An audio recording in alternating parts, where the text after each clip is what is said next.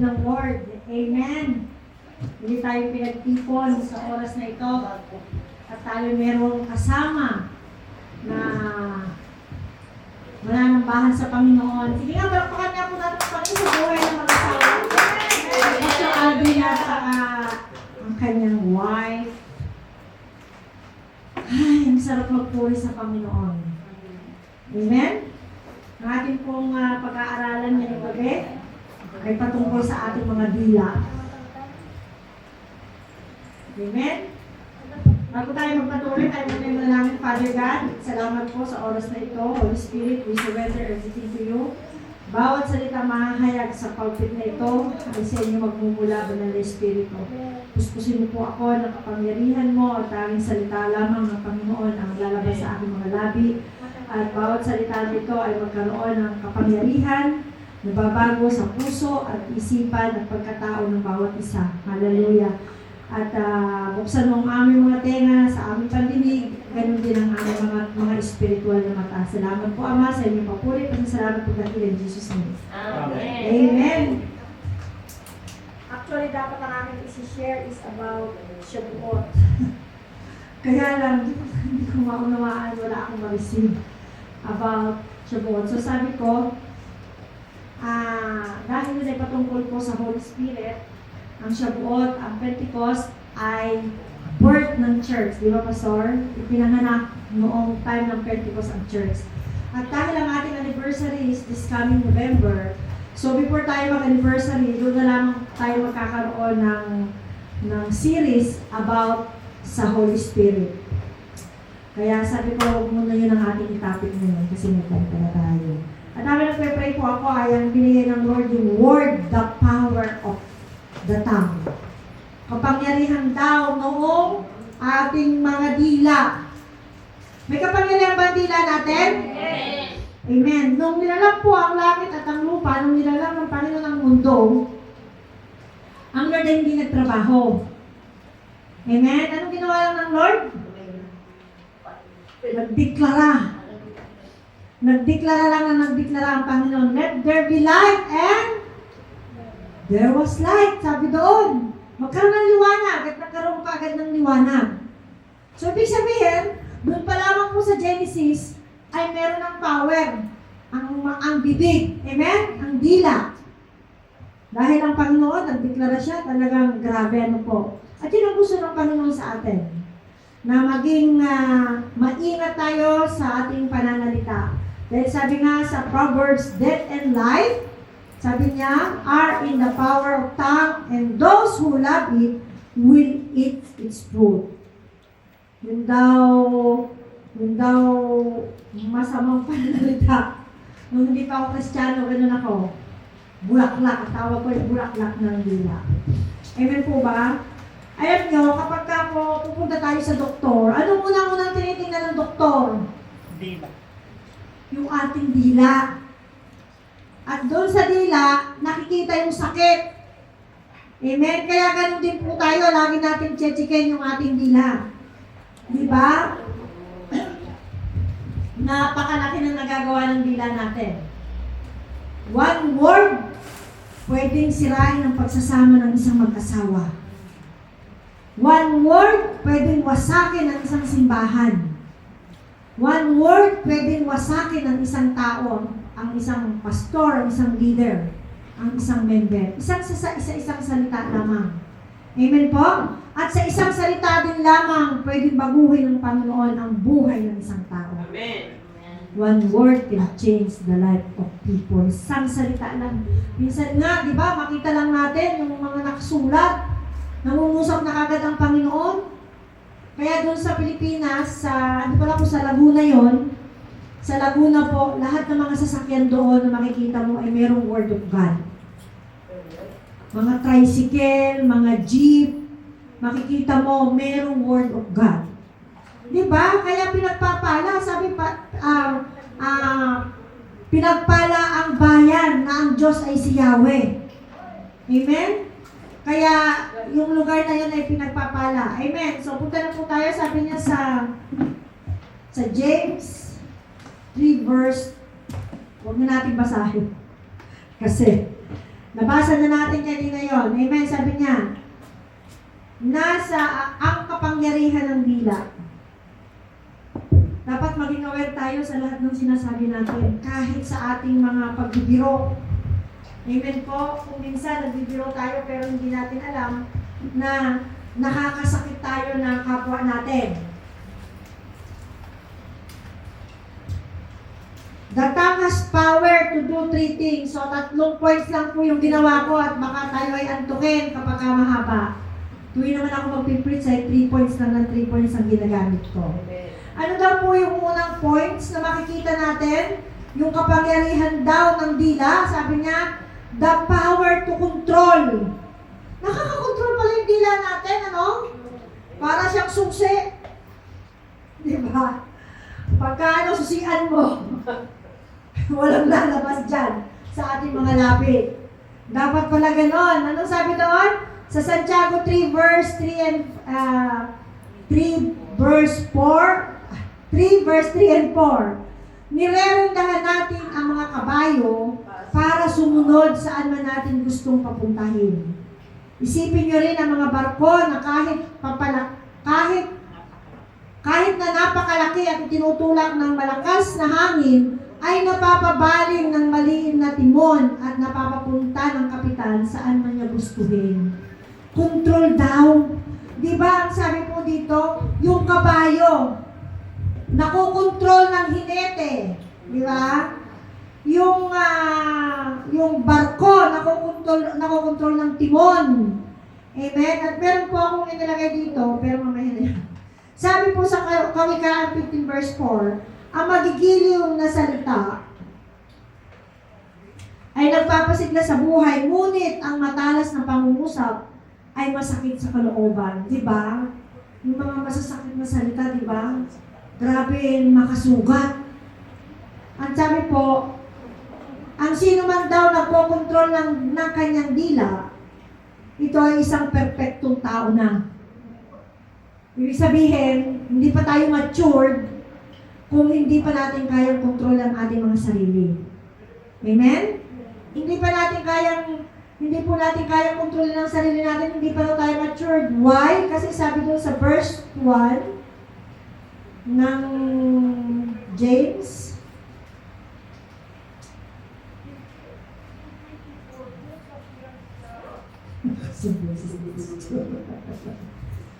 sabi niya sa verse 1, verse 1 and 2. Verse 2, tayong lahat ay nagkakamali sa iba't ibang paraan. Ang sino mang hindi nagkakamali sa kanyang pananalita ay isang taong ganap at marunong magpigil sa sarili. So kung tayo daw ay hindi nagkakamali sa ating pananalita, ibig sabihin tayo ay ganap na. Ganap na ba tayo? Amen. Amen. Of course, ganap na tayo. Amen.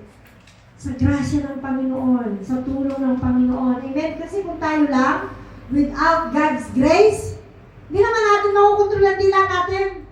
Yung emotion natin, di ba? Pagka tayo galit. Kung ano na lang lumalabas sa bibig ng tao. Pero sa grasya ng Panginoon, amen po ba? Nagiging ganap tayo. Natututo tayo magpigil sa ating mga sarili. Amen? Kagaya nga na napag-aralan natin kagabi sa discipleship. Diba? Dapat ay meron tayong self-control para makita sa atin ang glory ng Panginoon. Kasi kalimitan ang sinasabi ng mga, di ba sabi ni Paul, tayo ay kagaya ng isang panurin. Parang ganito, TV. Nanonood yung mga tao sa atin. Tinitingnan yung pamumuhay natin. Tinitingnan yung pananalita natin. At kapag sila may nakita na hindi maganda o may narinig sila na hindi maganda sa atin, ano ang sabi nila? Kristiyano pa naman. Yung nakalimitan na naririnig natin, Kristiyano pa naman yan, pero tingnan mo the way na siya'y magsalita. Walang kontrol, walang habas. Amen? Kaya, ang gusto po ng Panginoon na magkaroon tayo ng self-control. Control tongue represent controlled life. Yun daw, dila na kinokontrol natin, ibig sabihin, ganun din ang buhay natin. Amen. Kasi nga, ang sabi doon, ay death and life are in the power of tongue. Nasa dila natin ang buhay at ang kamatayan. Kaya kung ano lagi mong sinasabi, yun ang magiging buhay mo. Hindi lang natin napapractice kasi siguro hindi pa natin alam, hindi pa nahihayag ng Panginoon ang katotohanan. Amen? Ingatan natin yung ating mga sarili. Yung palagi nating sinasambit. Ano lagi natin sinasambit? Kung makikita natin ang mga Israelita, di po ba, bakit sila ay mga successful sa buhay? Every Friday. Di ba? Dinideklarahan nila ang kanilang mga anak.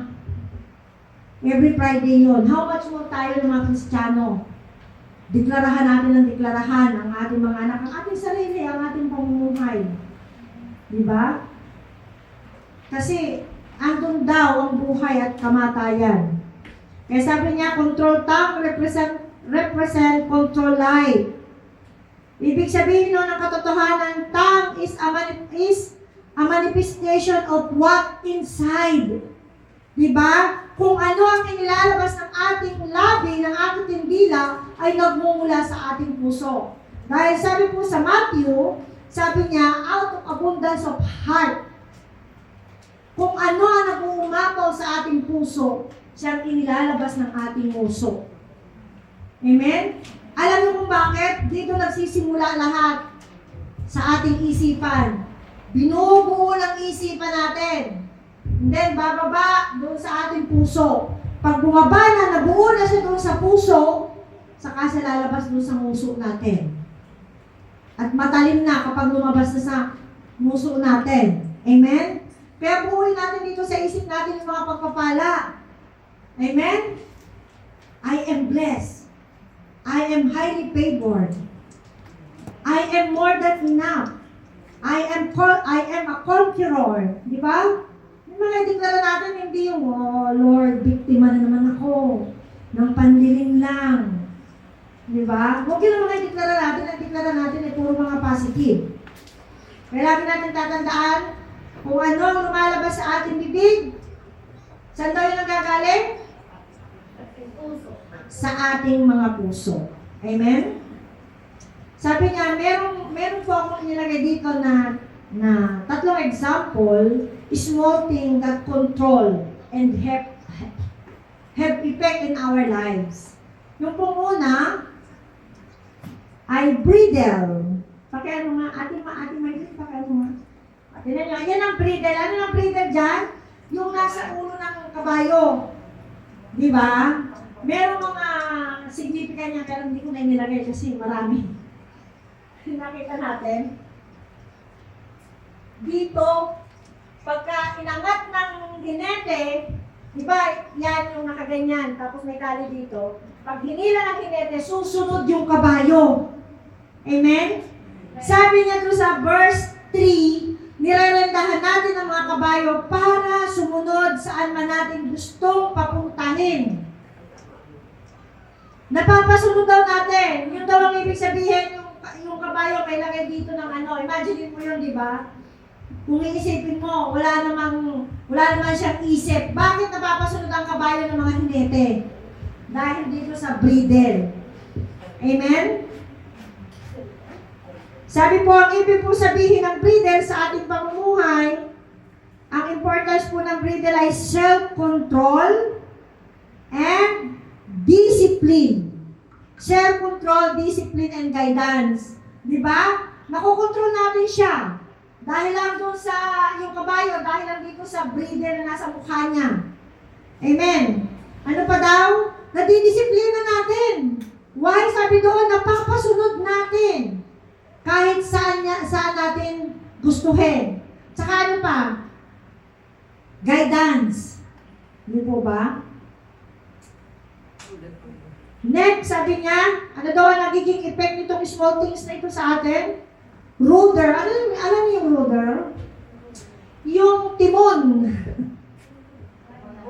Timon ng barko, kung makikita natin, di ba parang ang lit-lit yan eh. Kahit ang aeroplano, di ba meron ganyan, LC.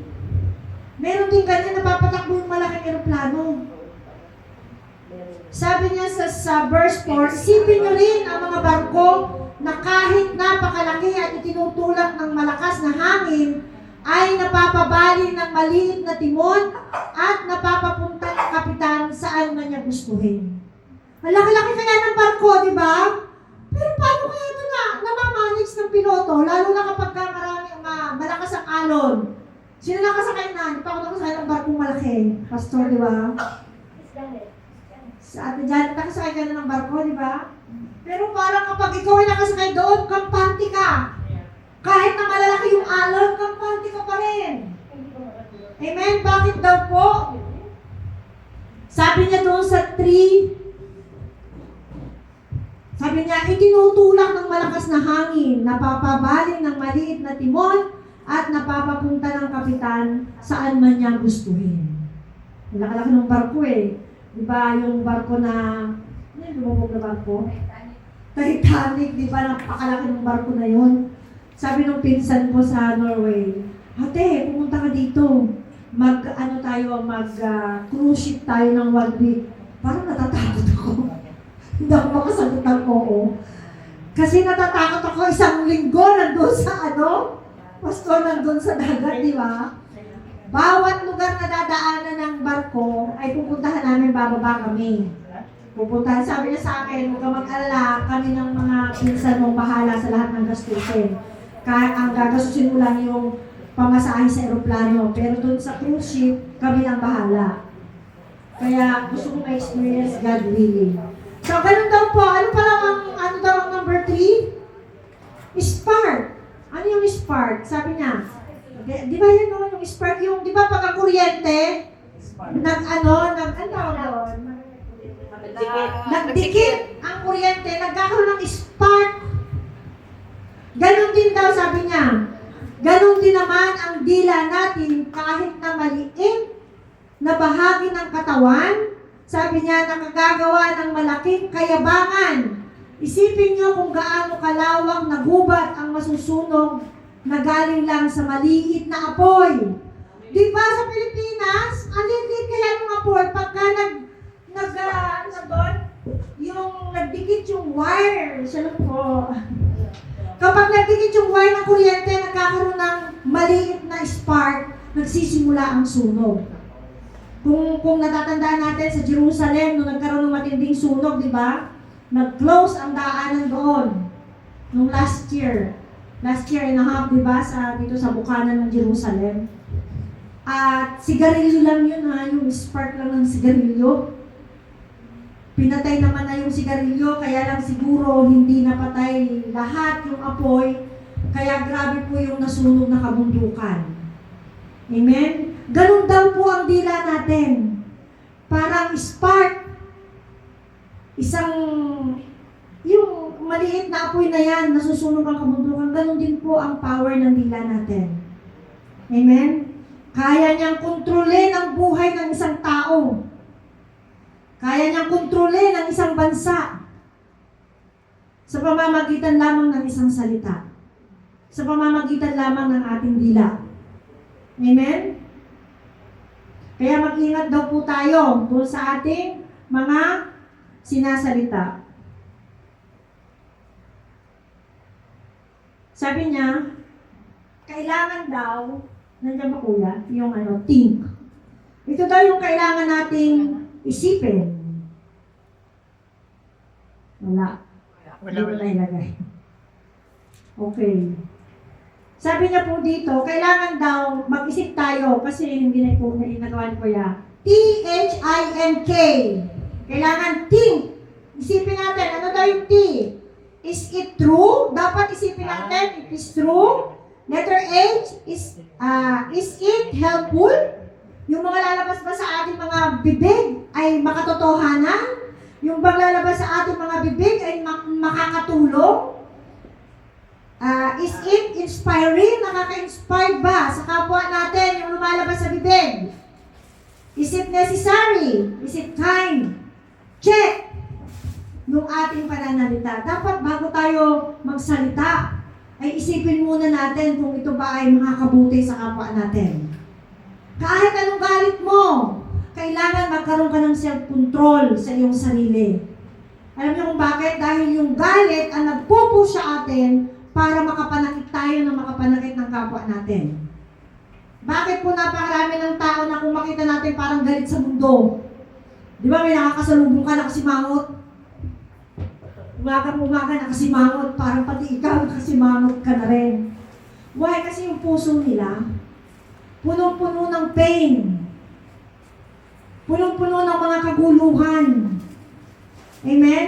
Ngayon, sabi nga kanina nung sinabi natin, out of abundance of heart, mouth speak, lumalabas sa bibig natin yung laman ng ating puso.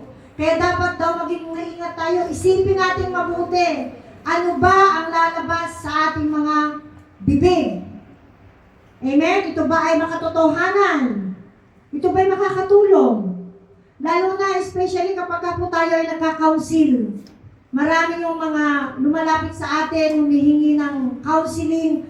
Dapat maging matalino tayo sa pagka-counsel sa kanila.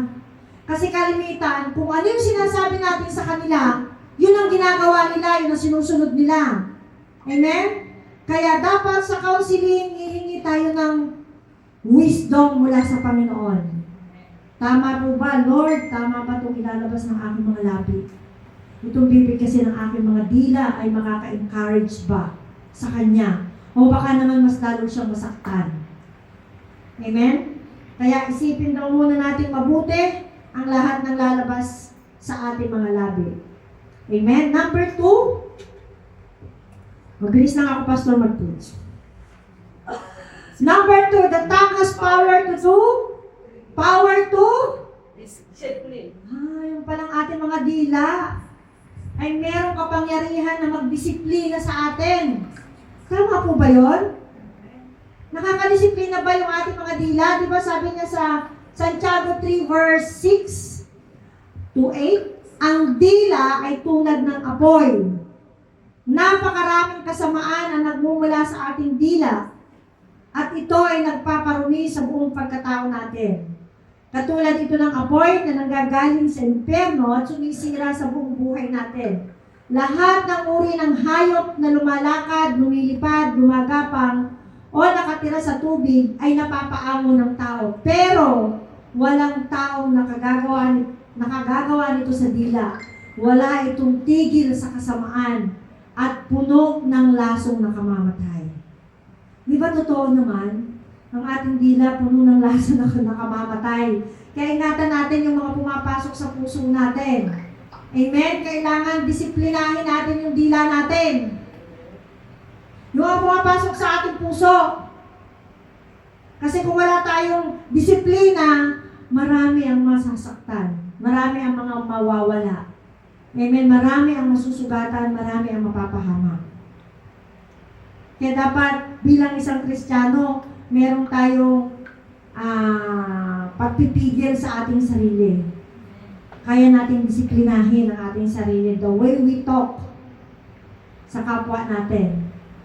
Marami na po ang mga nasa loob na ng church, bakit sila nawawala? Nasasaktan sila. The way na magsalita, yung mga pananalita. Alam niyo yung mga tao may pinagdadaanan, may mga problema, mga pagsubok, vulnerable sila. Madali silang masaktan. Simpleng salita lamang, kahit na napaka-simple ng salita na bibitawan natin, magtatampo na kagad sila. Lalo na po yung mga hindi pa matured, mga baby Christian pa. Amen? Kaya marami ang nawawala sa church. Kaya dapat, lagi po nating didisiplinahin ang ating mga sarili. Sabi niya, if you want to deal with the tongue, you must start with your heart. Totoo naman, di ba? Kung gusto mong i-deal yung dila mo, kagaya nga ng sinabi natin kanina, sabi niya, ang lumalabas sa bibig ay nanggagaling sa puso. Ano ba yung lumalabas sa ating mga bibig na nakakasira sa pagkatao ng isang tao? Sa puso nanggagaling ang masasamang kaisipan. Kagaya ng sinabi ko kanina, saan nagmumula? Sa isip. Binubuo dito sa isip. Diba? Isip tayo ng isip. Ilang kaisipan daw ang nabubuo natin sa buong maghapon? 3,000. Di ba? More than pa daw, 3,000, grabe no. Pero it's depend yun sa babae at saka sa lalaki kasi ang mga lalaki medyo malaki yata yung kanilang Pastor Ima. Yung kanilang brain may mas malaki kaysa sa babae. Kaya depende. Ang lalaki, mas marami Pastor Ina na naiisip mo sa buong maghapon. At pag hindi natin nabantayan ang ating kaisipan, bababa ito sa ating puso. At pag puno-puno na yung ating puso ng kaiisip, unti-unti na yung lumalabas sa puso. Bakit marami po yung mga sa Pilipinas yung sabi, hindi ko alam bakit ko siya pinatay. Kasi nandito na binuo na sa isipan. Binuunan niya ng binuo, manda ka, mag-iiganti ako sa kayo dahil sa ginawa mo sa akin. Di ba? At sa kaiisip niya ng kaiisip, unti-unting nabuo. Nung nabuo na, lumabas na. Amen? Nagkasala na siya. Kaya sabi po, bago daw natin disiplinahin ang ating mga dila, mag-umpisa tayo sa ating puso. Dapat punuin lagi natin ito ng salita ng Diyos. Kaya nga di ba sa discipleship natin, pinag-memorize ko kayo ng salita ng Diyos kasi makakatulong yun sa atin. Kaysa doon sa mga negative na iniisip natin, isipin natin yung mga salita ng Diyos na makakatulong sa atin. Amen? Diba? Kapag tayo ay nawawala ng kapayapaan, declare natin in the peace of God. Anong kasunod? Minemorize nyo kagabi yun, nakalimutan nyo na. And the peace of God will transcend in all understanding will guard. And? Pinoproteksyonan niya yung ating puso at yung ating isipan. Amen? So yung kapayapaan ng Diyos ang magpuprotekta sa puso natin at sa isipan natin. Kasi kapag wala tayong kapayapaan, kung ano nang pumapasok sa isip natin, lalo na pag galit tayo. Di ba pag galit tayo, Pastor, kung ano nung naiisip natin talaga ang pag-iigante. Manda ka, paglabas mo, putos hindi ka. Di ba? Example na sa mga anak natin, pagkagigil na gigil ka, manda ka, pag umalis yung mga tao na yan, manda ka talaga, may tama ka sa akin. At hindi naman talaga natin mapigilan ang sarili natin, tatamaan yung anak natin. Kukurutin talaga natin. Di ba? Manda ka pagka, di ba doon sa takana lagi, noon kami yung mga anak kong, ang kulit, Pastor, ang kulit, naglulupasay siya. Dahil si Karen gusto niya yung, pag meron siyang gusto, naglulupasay siya. Daw ka sa akin, sa kanya. Pag nilapitan ko, kurutin ko siya sa talampakan para hindi makita yung baka mag-mark dito yung puro, baka mag-mark makita. Kaya ginagawa ko sa talampakan. Di ba? Nagagawa natin kasi napuo dito, hindi ka mamaya wala. Hindi sa bababa na dito sa puso. Pag bumaba na sa puso, lalabas na ang puso natin. Wala nang tao, kukurtin na kita. Amen? So, kailangan daw, kontrolin natin yung, idil daw muna natin ang puso natin bago ang ating mga dila. Amen? If you want our tongue to be right, then the inner man must be under the control of Jesus Christ. Amen? Kung gusto natin na makontrol yung ating mga dila, kailangan daw yung inner man muna natin ang ating makontrol sa pamamagitan daw ng control ng Panginoong Hesus. Amen. Yun na nagkakasala Alis na po kayo. Patapos na po. 5 minutes tapos na. Sabi niya dito, kagaya nga po ng sinabi natin kanina, out of abundance of heart, mouth speak. Lagi po natin tatandaan, bago daw natin kontrolin ang ating dila, mag-umpisa tayo sa puso natin. Ano ba yung mga laman ng puso natin? Ngayon, sa mga oras na to, ano yung laman ng puso natin? Na siyang nagpupus sa atin para may lumabas ng mga salita na hindi tama, hindi maganda. Hindi pwedeng sasabihin natin na walang laman ng puso natin. Lalo na kapag po tayo hindi marunong magpatawad. Lumalabas yung bitterness. Pagka ang puso natin ay puto ng bitterness, lumalabas sa bibig natin. Yung bitterness. Di po ba? Kaya dapat unang-una natin ingatan yung ating puso. And then the last, sabi niya dito, the power to bless. Sabi niya sa James 3 verse 9 to 12, sa pamamagitan ng dila, pinupuri natin ang ating Panginoon at Ama, pero sa pamamagitan din ito ay isinusumpa natin ang ating kapwa na nilikhang kawangis ng Diyos. Mula sa iisang bibig, nang gagaling ang pagpupuri at pagsumpa. Mga kapatid, hindi dapat ganyan. Maaari bang lumabas sa iisang bukal ang matabang na tubig at ang maalat na tubig? Hindi. Mga kapatid, hindi rin maaaring mamunga ng ulibo ang puno ng igos o ang ubas, hindi rin maaaring makakuha ng tubig tabang sa tubig alat. Tama naman, di po ba? Hindi po pwedeng magsama yung curse at saka yung blessing. Hindi po pwede yun. Itong bibig natin, ginagamit natin sa pagpupuri sa Panginoon, sa pananalangin. Pagkatapos mo manalangin, isusumpa mo yung kapatid mo. Mase. Masa ng power. Alin kaya mananalo sa dalawa? Yung prayer mo o yung sumpa mo? Di ba? Nalala ko yung mga anak ko pagka nagpe-pray, nagpaparinigan sila sa prayer.